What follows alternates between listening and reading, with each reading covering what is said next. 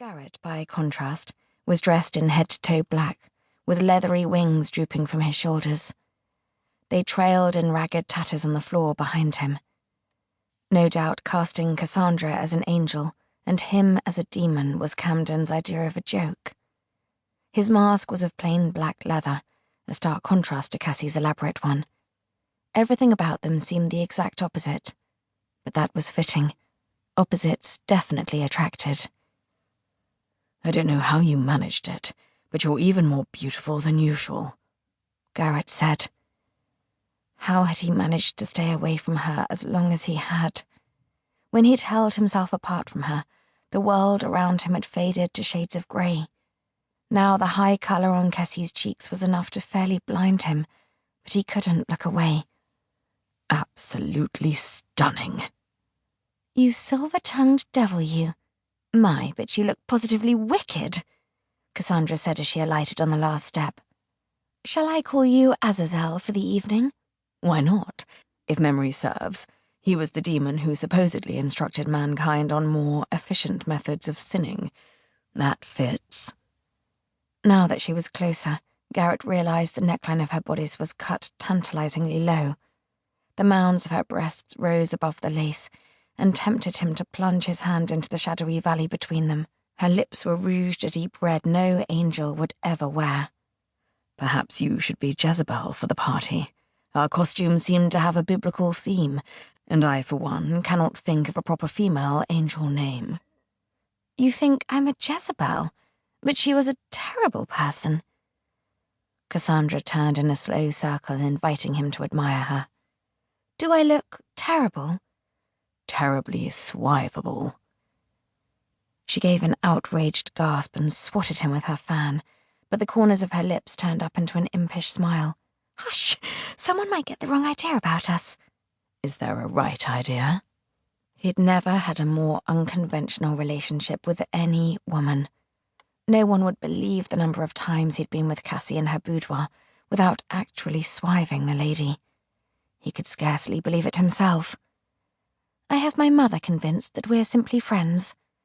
For that to be believable. He lowered his voice in case there was someone lurking behind a doorway. You'd have to convince her I'd been accidentally gelded. No man could see you like this and not want you. Cassandra dimpled with pleasure, and despite the heavenly effect, she was still as tempting as original sin. Instead of a halo, her hair was dressed in an intricate twist of braids. Holding her coiffure in place, bejeweled pins sparkled in her dark tresses like stars in the night sky. The style bared her nape in such a way that Garrett ached to suckle that tender spot. Then he'd pick every star from her hair and let it fall in waves past her shoulders. Her gown was devised so that it moulded to her curves with every movement. With an imagination as lively as his, she might as well be naked. Enough compliments, she said. You'll turn my head, and I need to keep focused this evening. Very well. Where have you stashed the pocket watch you'll use for a decoy? He asked, ready to change the subject for the sake of his crowded trousers. The costumer has sewn a clever little pocket by my right hip, just so. She drew out the watch for a moment, and then slipped it back into its hiding place. It's exactly what's needed, and I simply adore these wings. She craned her neck to look over her shoulder admiringly at them. Don't you think they make me look angelic? Evidently, she wasn't as opposed to compliments as she let on.